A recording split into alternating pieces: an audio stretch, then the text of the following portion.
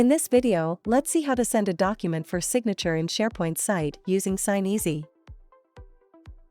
In your SharePoint site, navigate to your document library, select the document you wish to send for signature, and click on the three dots menu next to it. Select Send for Signature with Signeasy to send your document for signature. Another option is to click the three-dot menu at the top of the page and choose the Send for Signature with Signeasy option. You will be redirected to Document Preparation page on Signeasy. Here, you can add signers, modify the signing order, request attachments, and more. After completing these steps, click on Add Fields to proceed. Similar to the process in Signeasy, add fields for your signers and make any necessary modifications. Once everything is set up, click on Send for Signature to complete the process.